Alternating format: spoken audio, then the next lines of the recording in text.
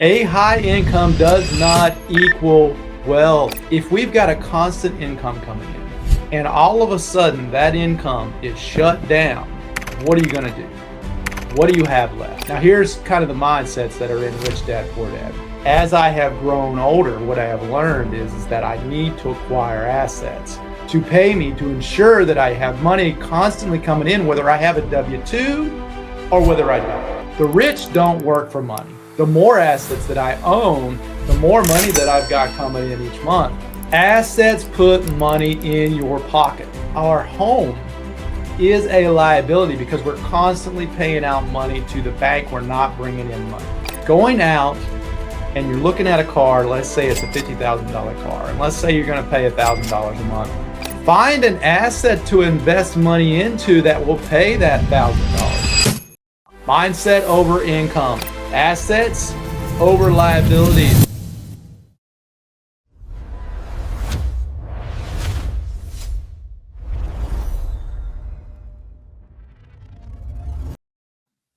Good morning, everyone. All right, so today I want to talk a little bit about Rich Dad, Poor Dad, and some of the things he talks about in his book, right?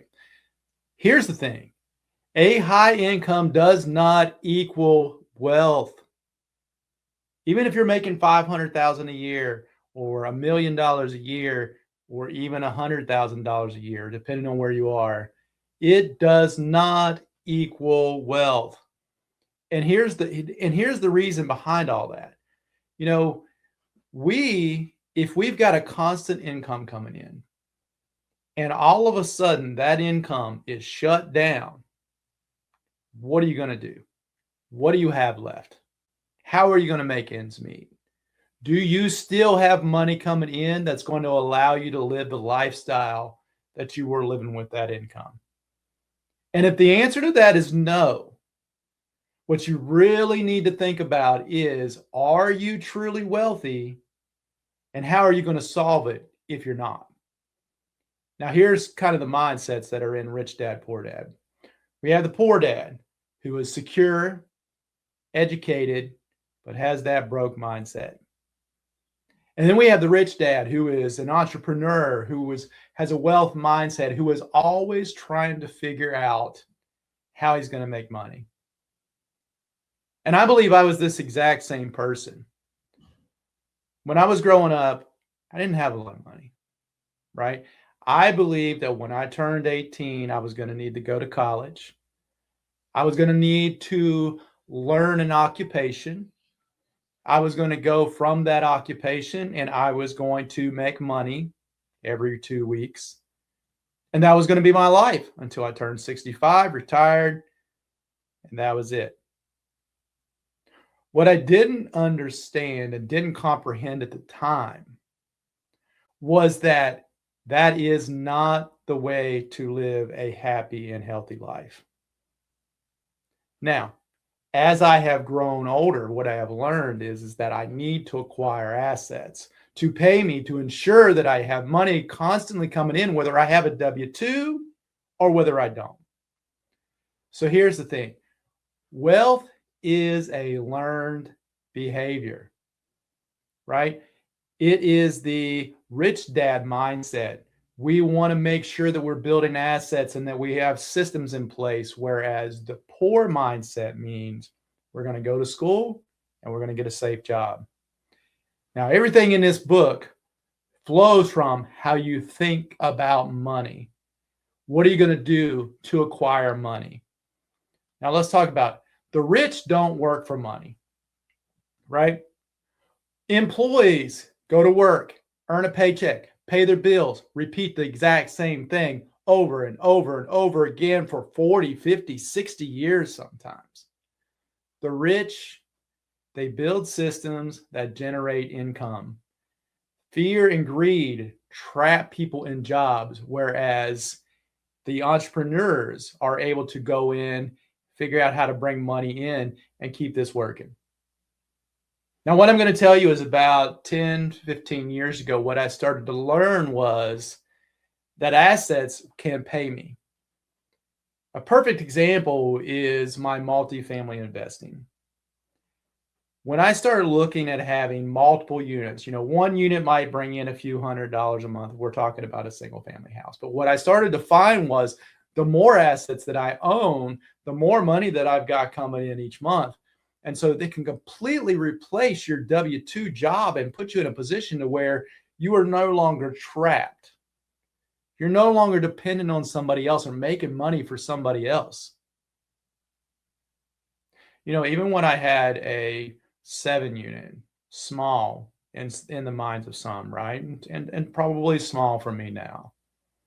It was still bringing in income every single month that was paying those bills. So if I would have lost my W-2 job, I would have still had income coming in. Okay?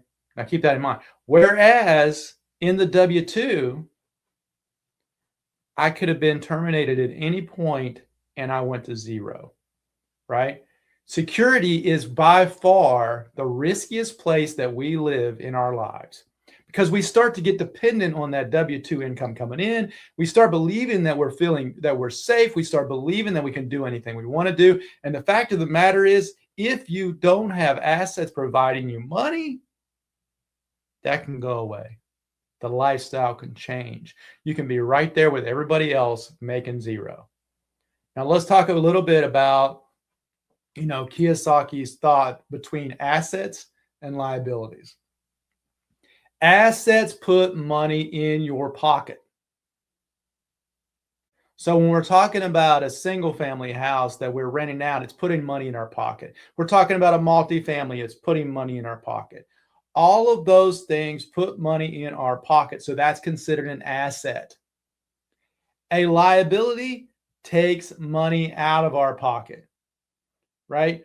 So the one thing that's controversial that Kiyosaki says is that our home is a liability because we're constantly paying out money to the bank. We're not bringing in money for it. And this is where, people start to forget and they think that they've got to go buy $1 million house. And what they really should be focusing on first is building up those assets that can pay for that $1 million house. Right? Because a house is not an asset if it's not bringing you in money. Now let's talk a little bit about, what I do with the bounce method. One of the things about the bounce method is we are constantly improving the amount of assets that we have. And so we could you might start out with a single family home. And then you sell it and you buy a duplex and you sell it and you buy a triplex and you sell it and you buy a quad. And then all of a sudden you're owning 20, 30, 40 multifamily units. And now you have assets that are providing you income. So if you want to go buy a car, you have that ability. One of the funniest stories that Kiyosaki talks about inside of his book is going out and you're looking at a car. Let's say it's a $50,000 car. And let's say you're going to pay $1,000 a month. Find an asset to invest money into that will pay that $1,000 a month versus going and paying for a liability that you're never going to see any income coming from, right? Now, your mindset, minding your own business. People build other people's dreams. That's what the W-2 employee is doing. They are building up other people's dreams. Whereas the rich people are building their own dreams, building their own assets, putting things into the asset column, such as real estate and businesses and investments. Now, next thing, taxes. The rich use taxes for their advantage. They build entities like LLCs and corporations, whereas the employees earn money, they get taxed on it, and they spend.